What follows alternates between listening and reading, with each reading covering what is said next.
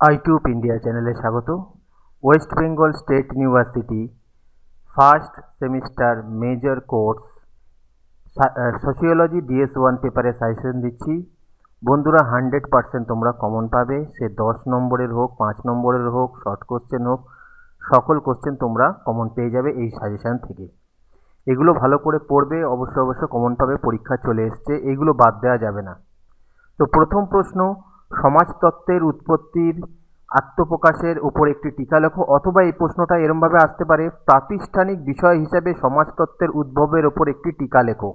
অসম্ভব গুরুত্বপূর্ণ প্রশ্ন। সামাজিকীকরণ বলতে কী বোঝো? সামাজিকীকরণের মাধ্যমগুলি আলোচনা করো। পরের প্রশ্ন, কিভাবে সমাজতত্ত্ব সামাজিক নৃতত্ত্বের সঙ্গে সম্পর্কযুক্ত তা ব্যাখ্যা করো। অসম্ভব ইম্পর্টেন্ট কোশ্চেন। 1 আর 3 দেখা যাচ্ছে খুবই গুরুত্বপূর্ণ প্রশ্ন।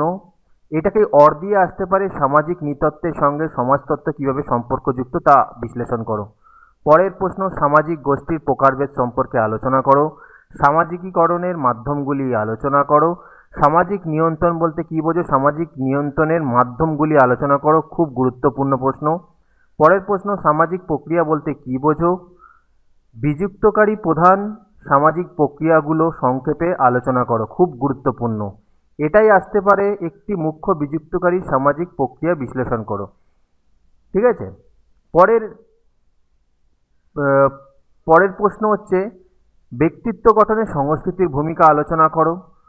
সমাজতত্ত্বের সংজ্ঞা দাও। সমাজতাত্ত্বিক কল্পনার ওপর একটি টিকা লেখো। খুব গুরুত্বপূর্ণ প্রশ্ন। পরের প্রশ্ন, প্রধান সংযুক্তকারী সামাজিক প্রক্রিয়াগুলি ব্যাখ্যা করো। একটি মুখ্য সংযুক্তকারী সামাজিক প্রক্রিয়া বর্ণনা করো। গুরুত্বপূর্ণ প্রশ্ন রয়েছে। 5 নম্বরের জন্য পড়বে, সমাজতাত্ত্বিক কল্পনা বিষয়ে একটি সংক্ষিপ্ত টিকা লেখো। অথবা সমাজতাত্ত্বিক কল্পনা বলতে কী বোঝো। 5 নম্বরেরগুলো কিন্তু সবই পড়বে, ভালো করে বাদ দিও না কিছু। পরের প্রশ্ন, সামাজিক প্রতিষ্ঠানগুলির বৈশিষ্ট্যগুলি উল্লেখ করো। অথবা সামাজিক প্রতিষ্ঠানের বৈশিষ্ট্যগুলি উল্লেখ করো। এটা বাংলায় তো সেম রয়েছে, কিন্তু ইংরেজিতে আলাদা দিয়েছিল, সেই জন্য এটা অর দিয়ে আমি দিয়েছি। সামাজিক পরিবর্তনের ক্ষেত্রে সহায়ক সামাজিক সচলতার বৈশিষ্ট্যগুলি আলোচনা করো, ব্যাখ্যা করো। সংস্কৃতির উপাদানগুলি চিহ্নিত করো। সমাজের রীতি এবং মূল্যবোধের ওপর একটি সংক্ষিপ্ত টিকা লেখো। সামাজিকীকরণের যে কোনো দুটি মাধ্যম আলোচনা করো। সামাজিক নিয়ন্ত্রণের যে কোনো দুটি বিধিবদ্ধ মাধ্যমগুলি বিশ্লেষণ করো। ব্যক্তি এবং গোষ্ঠীর ওপর একটি সংক্ষিপ্ত টিকা লেখো। সামাজিক নিয়ন্ত্রণের ক্ষেত্রে ধর্মের ভূমিকা লেখো। প্রাথমিক গোষ্ঠী এবং গৌণ গোষ্ঠীর মধ্যে পার্থক্য লেখো। সামাজিকীকরণে প্রক্রিয়ায় পরিবারের ভূমিকা আলোচনা করো। সামাজিক পরিবর্তনের উপর একটি টিকা লেখো। সংস্কৃতি বলতে কী বোঝো। মান 2 এর জন্য পড়বে, যে কোশ্চেনগুলো দিচ্ছে এগুলো খুব গুরুত্বপূর্ণ। সমাজতত্ত্বের সংজ্ঞা দাও।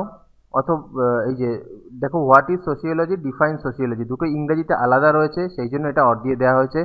সমাজতত্ত্বের সংজ্ঞা দাও। সমিতির সংজ্ঞা দাও। সংস্কৃতি বলতে কী বোঝায়।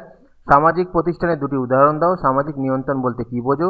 সামাজিক কাঠামো বলতে কী বোঝো। সামাজিক পরিবর্তন বলতে কী বোঝো। রীতি বলতে কী বোঝো। সহযোগিতার সংজ্ঞা দাও।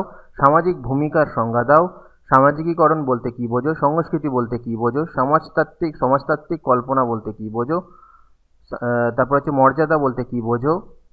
সমাজ বলতে কী বোঝো। সংযুক্তকারী সামাজিক প্রক্রিয়ার দুটি উদাহরণ দাও। সামাজিক নৃতত্ত্বের বিষয়বস্তু কী। সামাজিক গোষ্ঠীর সংজ্ঞা দাও। সামাজিক বর্গের সংজ্ঞা দাও।